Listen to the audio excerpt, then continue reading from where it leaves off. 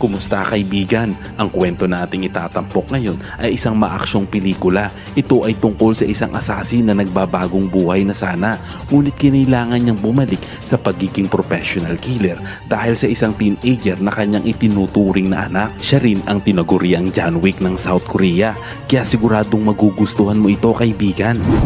Ngunit bago natin ito simulan, ay maaari ba akong makahingi ng pabor?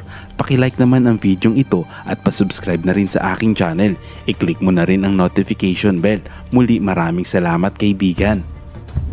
Nagsimula ang eksena sa pamamagitan ng pagpapakita ng matinding labanan sa pagitan ng isang lalaking nagngangalang Wigang laban sa dalawang kabataan na gustong patayin siya. Kahit mag-isa siya at walang armas ay madali niyang tinalo ang mga ito. Hindi nagtagal, dumating ang isang grupo ng kabataan at laking gulat ng mga ito nang makita nila na ang kanilang dalawang kasama ay pinabagsak ni Wigang. Kasabay nito, nakatanggap siya ng text message mula sa kanyang asawa na nagtatanong tungkol sa isang teenager na babae na dapat niyang inaalagaan sa mga oras na iyon. Sa mensahe, binanggit ng kanyang misis na sana ay okay lang ang dalaga at magkabanding silang dalawa.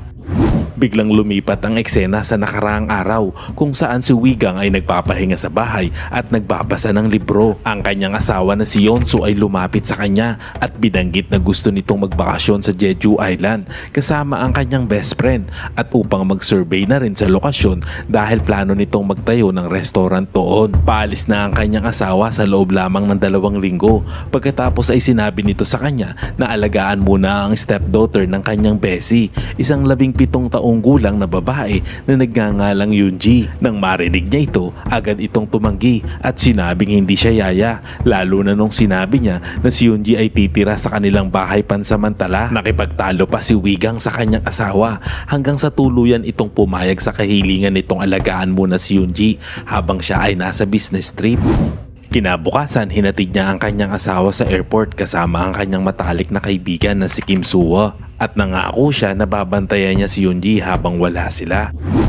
Kinagabihan, makikitang si Wigang ay nakatulog sa kanyang sasakyan habang hinihintay si Yoonji na galing naman sa kanyang eskwela.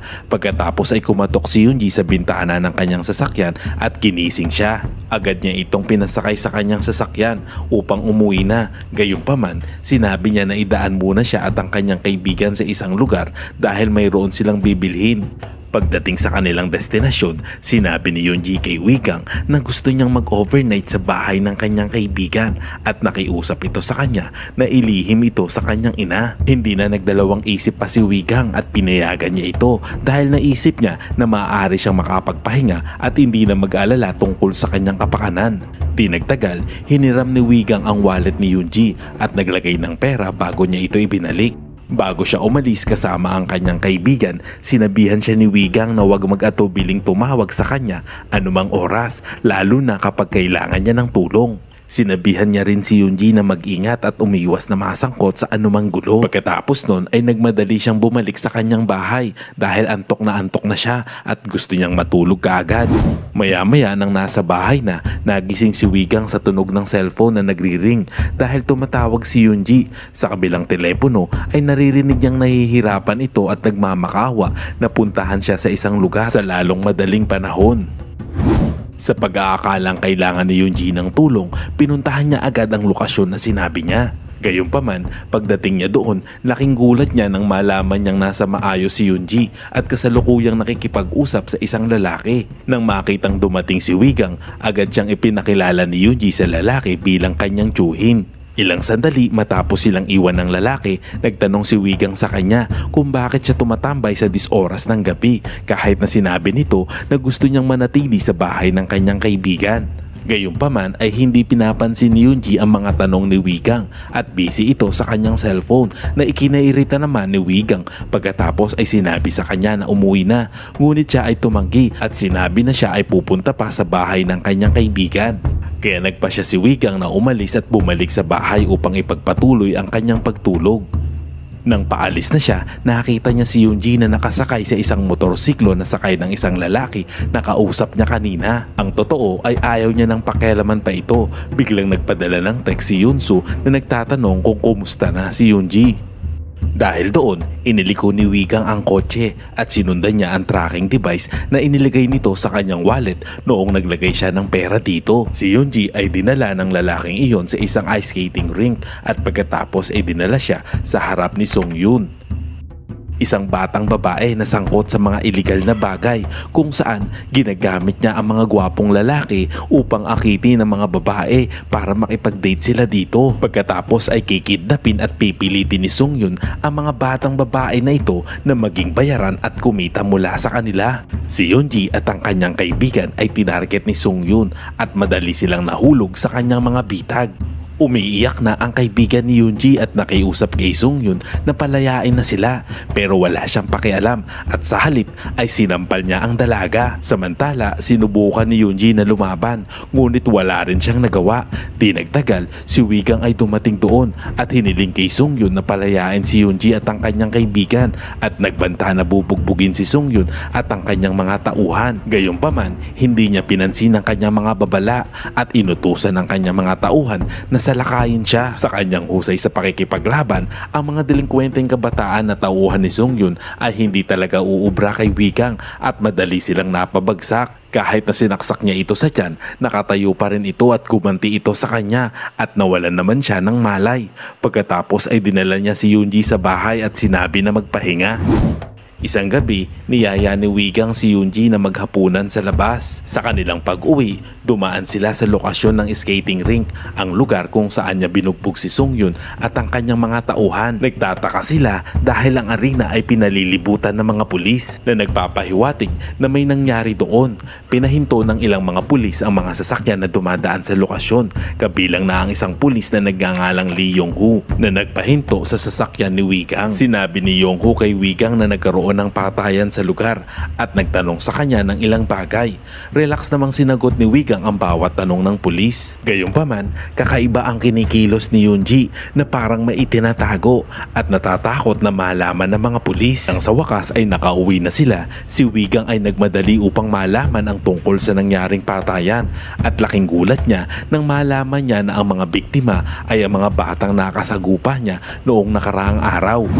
Kinabukasan, pumunta si Yong-hoo sa bahay ni Wigang at nagtanong tungkol sa kanyang alibay sa oras ng pagpatay dahil sa kuha ng CCTV sa paligid ng pinangyarihan ng krimen. Nakita ang kanyang sasakyan na dumaan sa kalye 30 minuto bago ang patayan. Hindi lamang iyon, dahil nakuha rin ni Yong-hoo ang kuha ng CCTV camera na nagpapakita kay Yoonji na nakaangkas sa isa sa mga biktima, kung saan ang lalaki pati na rin ang iba pang mga biktima ay kanyang mga kaeskwela.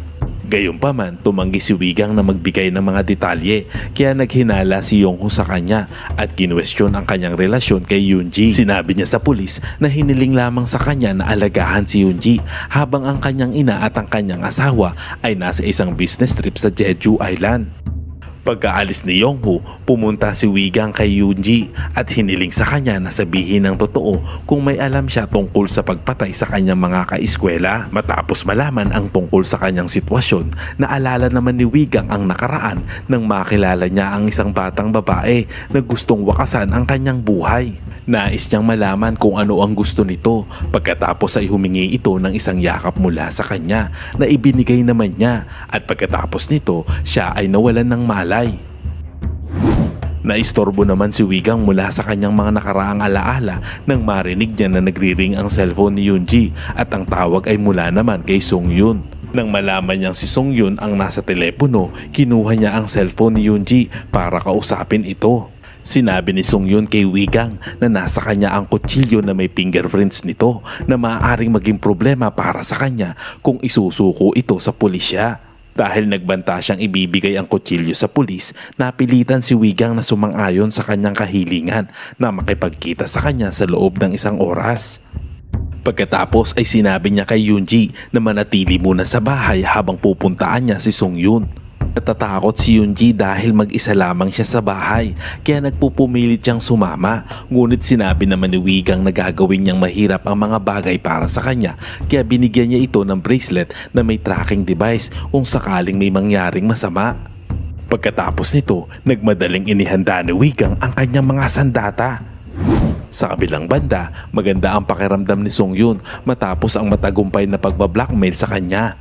Gayunpaman, hindi alam ni Sung Yoon na si Wee Gang ay isang dating profesional na assassin na lubhang kinakatakutan sa mundo ng krimen, hindi lamang sa South Korea kundi pati na rin sa buong mundo. Alam niyang itinago niya ang wallet ni Yoonji na may tracking device kaya sinugod niya ito kung nasaan siya.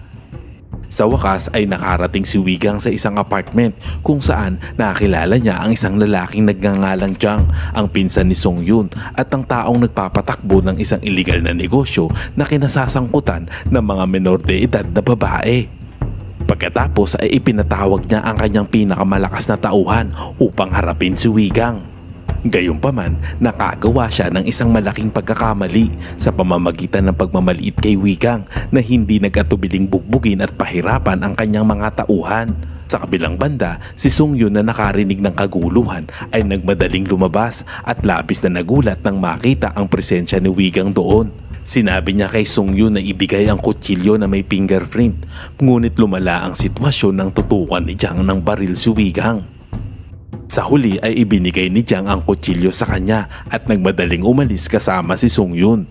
Kinuha ni Wee Gang ang kutsilyo at agad silang hinahabol nito, ngunit nawala sila nang pumasok sila sa isang madilim na silid. Sa lugar na iyon, nakakaharap naman ni Wee Gang ang isang lalaki na halos kapantay niya ang kakayahan sa pakikipaglaban. Nasangkot siya sa isang matinding labanan hanggang sa huli pinili ng lalaki na tumakas matapos siyang masaktan ng gusto ni Wee Gang. Pagkatapos ng laban, si Wee Gang ay nagmadaling umuwi at nalaman na ang kanyang bahay ay pinasok ng isang grupo ng mga tao na dumating upang kidnapin si Yoonji. Agad niyang sinundan ang kanyang kinaroroonan gamit ang isang tracking device hanggang sa tuluyang makarating sa isang apartment building na ginamit bilang lokasyon para magsagawa ng illegal na negosyo na kinasasangkutan ng mga menor de edad na babae. Narinig ni Wee Gang ang isang sigaw ng babae mula sa itaas na silid at ang babae pala ay kaibigan ni Yoonji na sinasaktan ng isang lalaki. Pagkatapos ay niligtas niya ito at tinanong kung nasaan si Yoonji. Sa kabilang banda, napansin ni Sung Yoon ang pagdating ni Wee Gang at nagmadaling umalis. Gayunpaman, nahuli niya ito at pinilit niyang sabihin sa kanya kung nasaan si Yoonji. Dahil tumangking magsalita si Sung Yoon tungkol kay Yoonji, napilitan si Wee Gang na itali siya at pahirapan para makakuha ng impormasyon. Inamin ni Sung Yoon na sadyang ginagamit nila ang mga menor de edad na babae sa illegal na negosyong pinamamahalaan ni Jang. Upang maging maayos ang kanilang negosyo, nakikipagtulungan si Jang at ang kanyang grupo sa ilang tiwaling pulis at hinahati ang kita sa kanila. Inamin naman ni Sung Yoon kay Wee Gang na si Yoonji at ilang iba pang mga batang babae ay ipapadala sa Russia at sinabi sa kanya ang address ng isang hotel kung saan sila naroon bago sila dalhin sa Russia. Hindi nagtagal, dumating si Yong-hoo matapos makakuha ng ulat mula sa isang residente na nakarinig ng kaguluhan sa lugar. Pagpasok niya sa apartment, nagulat siya nang makitang si Sung Yoon ay malubhang nasugatan. Samantala, dumating si Wee Gang sa hotel at nakipag-away sa mga delinkwenteng kabataan na ipinakita sa simula ng pelikula. Kahit mag-isa, madali niyang napatay ang isang grupo ng mga tao gamit ang matatalas na armas at ang galing sa pagbaril. Kaya hindi nagtagal ay napatay ni Wee Gang ang mga tulisan na humaharang sa kanya. Pagkatapos ay nagtanong si Wee Gang tungkol kay Yoonji mula sa tatlong nakaligtas na kalaban niya at hindi siya mag-aatubiling patayin sila kung hindi nila masasabi ang impormasyon na kailangan niya. Maya-maya may lumabas na lalaking blonde ang buhok at nagpakilalang si Yuri. Si Yuri ay may lahing Ruso. Siya ang lalaking nakalaban ni Wee Gang kanina sa lugar ni Jang. Pinakilala ni Yuri ang kanyang sarili bilang isang profesional na assassin na nagtatrabaho para sa Russian Mafia at sinabi kay Wee Gang na si Yoonji ay dadalhin sa Russia sa isang barko na aalis alas 8 ng umaga bukas. Dahil alam niyang wala na siyang masyadong oras dahil madaling araw na, may iba pang plano si Wee Gang para maabutan ito. Madaling bumalik si Wee Gang sa hotel at muling nakipaglaban kay Yuri. Gayunpaman, habang nakikipaglaban, naitali niya si Yuri pagkatapos ay walang habas na tumalon mula sa bintana at nahulog sa ibabaw mismo ng kotse ni Yong-hoo. Agad namang tinutukan ni Yong-hoo ng baril si Wee Gang at inakusahan na pumatay kay Sung Yoon at sa lalaki sa ice skating rink. Hinarap ni Wee Gang ang mga akusasyon na kalmado gaya ng dati hanggang sa huli ay nakuha niya ang baril ni Yong-hoo. Dahil umaga na, napilitan siyang pusasan si Yongho at Yuri sa kotse habang nagmamaneho siya ng napakabilis para iligtas si Yoonji. Dumating si Wigang sa daungan bago pa man madala si Yoonji sa isang barkong papaalis papuntang Russia at agad niyang pinatay ang mga gangster na kumidnap dito. Ngunit pagkatapos dumating doon si Jang at sinubukan siyang patayin sa pamamagitan ng pagbangga dito. Nagawa ni Wigang na umiwas pagkatapos ay pinaamin niya si Jang na ibunyag ang utak sa likod ng lahat ng ito. Dahil ayaw niyang ibunyag ang anumang impormasyon, agad siyang pinatay ni Wigang.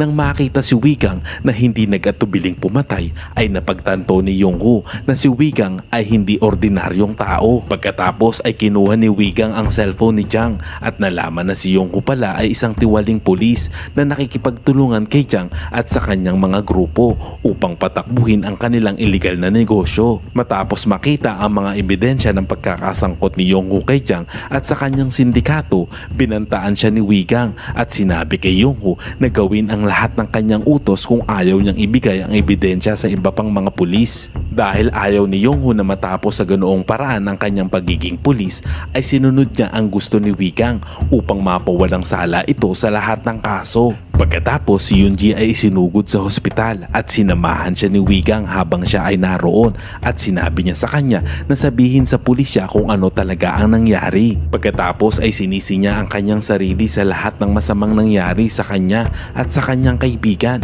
Pinakalma naman siya ni Wigang at tiniyak kay Yoonji na ang lahat ng nangyari ay hindi niya pagkakamali at hiniling sa kanya na magpahinga at tumuon sa kanyang paggaling. Hindi nagtagal, nagkita sila ni Yongho sa hospital at sinabi niya na nalaman niya ang tungkol sa pakikipagsabuatan ni Yongho kay Jang na hindi niya sinasadyang makita ang katawan ni Songyun sa kanyang sasakyan. Napagtanto ni Wigang na si Yongho ang pumatay kay Songyun para iset up siya.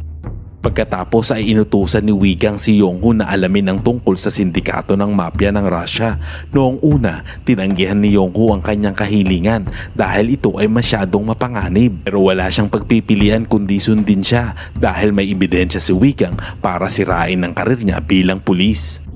Pagkalipas ng ilang araw, pinuntahan ni Wigang si Yoonju, isang dealer ng armas na dati niyang kasosyo, ngunit nagpa siyang magretiro ng maaga dahil sa injury sa kanyang binti.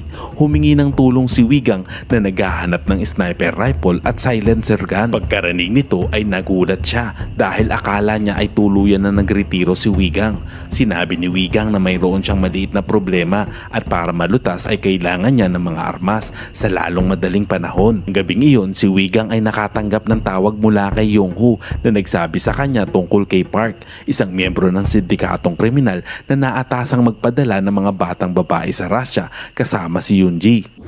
Sa kabilang banda, galit na galit si Park nang malaman niyang pinatay ang kanyang mga tauhan at nalaman ng mga pulis ang kanyang mga illegal na gawain. Dahil doon, inayos niya ang kanyang mga gamit at nagmadaling umalis sa lugar. Gayunpaman, si Wigang pala ay nauna nang dumating doon at agad na pinatay ang lahat ng mga tauhan ni Park. Pinatay silang lahat habang umiinom siya ng kape. Sa huli ay nagawa ni Wigang na makorner si Park at pinilit siyang magbunyag ng impormasyon tungkol sa kanyang sindikato. Noong una ay nag-aatubili si Park na sabihin sa kanya ang anumang bagay, ngunit nang itinutok na ni Wigang ang kanyang baril, ibinunyag ni Park ang kanyang nalalaman at lumalabas na isang babae na may palayaw na pigmama ang nagbibigay ng mga batang babae sa matatandang lalaki na handang magbayad ng mataas na presyo upang matugunan ang kanilang pagnanasa. Gayunpaman, ang kanilang customer ay hindi basta-basta ng mga tao kundi matataas na opisyal ng gobyerno at mayayamang negosyante. Matapos patayin si Park, may tinawagan si Wigang at pinapunta agad doon. Hindi nagtagal ay isang grupo ng mga tao na pinamumunuhan ng isang lalaking nagngangalang Taeyun ang dumating at nilinis ang pinangyarihan ng krimen at inalis ang katawan ni Park at lahat ng kanyang mga tauhan. Mukhang nagulat si Taeyun nang makatanggap siya ng tawag mula kay Wigang dahil dapat ay nagretiro na ito sa kanyang trabaho bilang isang professional killer. Sinabi niya kay Taeyun na kakailanganin niya pa ito at ang kanyang serbisyo sa lalong madaling panahon. Kinabukasan ay nakuha na ni Wigang ang mga sandata at dumiretsyong nagtraining sa lugar ni Yoonju.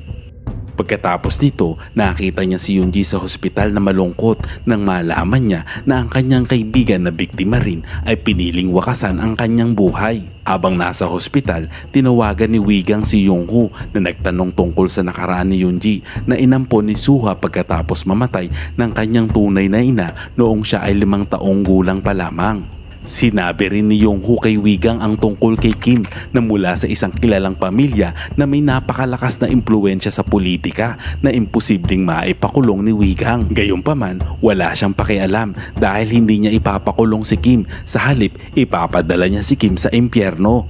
Sinabi rin ni Yongho kay Wigang na magkakaroon ng party si Kim sa isang marangyang mansyon sa isang espesyal na lugar na pag-aari ng kanyang pamilya upang ang kanyang masasamang gawain ay hindi malaman.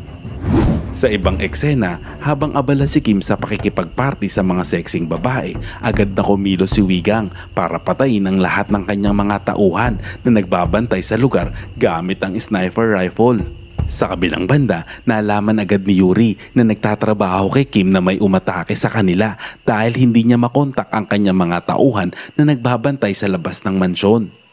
Si Wigang ay nagawang makalusot sa mansyon pagkatapos ay nakipagbarilan sa mga tauhan ni Yuri na sabay-sabay na umatake sa kanya. Kasabay nito, si Yongho na nandoon din ay tinutukan ng baril si Wigang at pinagbantaan na papatayin siya dahil si Yongho ay kumampi na kay Kim at Yuri. Kaya naman silang talunin ni Wigang, ngunit hinayaan niyang mahuli ang kanyang sarili para madala siya sa harap ni Kim. Pagkatapos nito, dinala siya sa isang silid kung saan makikita si Kim na may kasamang isang teenager na babae na mukhang sobrang depressed at gusto nang tumakas. Hindi nagtagal, sinabi ni Yongho kay Wigang na hindi siya natatakot na ibigay ni Wigang ang mga ebidensya niya sa mga pulis dahil nangako si Kim na tutulungan siya sa pamamagitan ng kanyang mga koneksyon sa pulisya at prosekusyon.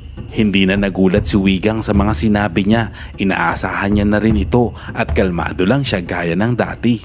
Matapos siyang alisin ni Yongho at ng lahat ng kanyang mga tauhan mula roon, agad na dinala ni Kim ang dalaga papasok sa kanyang silid.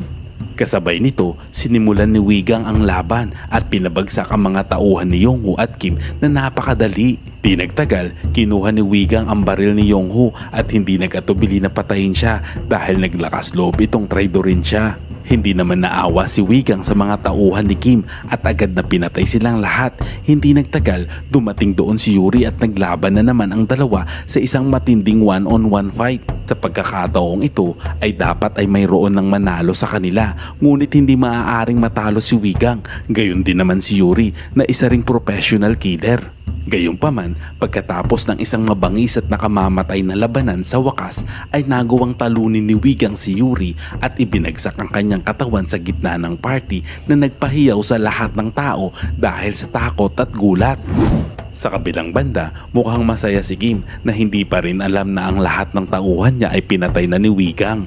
Gayunpaman, laking gulat niya nang makita niyang nasa kwarto na niya si Wigang na may hawak na baril. Tinawag ni Kim ang kanyang mga tauhan, ngunit sinabi ni Wigang na wala nang darating dahil patay na lahat sila. Pagkatapos ay sinubukan ni Kim na suhulan si Wigang, ngunit sinabi ni Wigang na hindi siya interesado at nagbagong buhay na siya. Pagkatapos, hiniling ni Wigang kay Kim na ibunyag ang tungkol kay Pig Mama na si Suha pala. Sinabi ni Kim na walang puso si Suha upang ibenta ang kanyang anak na si Yoonji para kumita ng mas malaki mula sa iligal na negosyo. Matapos makuha ang impormasyon, tumayo si Wigang at aalis na sana. Sa puntong iyon, iniisip ni Kim na ligtas na siya at hindi siya papatayin ni Wigang. Ngunit pagkatapos, tumalikod si Wigang at pinagbabaril siya. Maya-maya nagulat si Suhan na kumakain kasama si Yunsu sa isang tawag mula kay Kim. Saglit siyang nagpaalam kay Yunsu para sagutin ang tawag mula sa kanya. Sumakay siya sa kotse at sinagot ang tawag. Sa hindi inaasahang pagkakataon, hindi pala si Kim ang tumatawag sa kanya, kundi si Wigang na naghihintay pala sa loob ng kanyang sasakyan. Sinabi niya sa kanya na si Kim ay namatay na at ang kanyang mga tauhan. Pagkatapos ay tinutukan siya ng baril sa kanyang ulo. Naiinis talaga siya dito dahil naglakas loob siyang idamay ang kanyang asawa. Si Suha pala ay nakipagsabwatan kay Yongho para i-frame si Wigang at i-blackmail siya. Pagkatapos nito, sinabi ni Wigang kay Suhan na magmaneho kung saan at sinabing mula ngayon sila na ng kanyang asawa ang mag-aalaga kay Yoonji hanggang sa paglaki nito at mabuhay ng mag-isa. Nang sa wakas ay dumating sila sa isang lugar na bakante, binaril ni Wigang si Suha sa ulo. Matapos patayin si Suha, lumabas si Wigang sa kotse at naglakad pa uwi. Mula sa kabilang direksyon, isang van ang makikitang paparating papunta sa kanyang sasakyan. Ito ay sina Taeyoon at ang kanyang team na namamahala sa pagliligpit sa mga patay. Nang maglaon, nagkita sina Wigang at Yoonsu. Ine-enjoy ang paglubog ng araw sa dalampasigan at sinabi sa kanyang asawa na tinupad niya ang kanyang pangako na aalagaan si Yoonji at isinama siya nito sa kanilang bakasyon. Natapos ang kwento na nakangiti si Yoonsu kay Wigang at saka niyakap ang kanyang asawa. Makikita din na ang teenager na babae na lumitaw sa flashback ni Wigang ay si Yoonsu pala. Sana'y nagustuhan mo kaibigan ang kwentong ating itinampok. Kung nagustuhan mo ito ay pwede ba ako makahingi ng like? At kung hindi mo naman ito nagustuhan ay pakipindot ng 2 beses ang dislike button para makasigurado ka. Pakipindot na rin ang subscribe button at notification bell. Muling maraming salamat kaibigan. Panoorin mo rin ang full movie para siguradong masaya.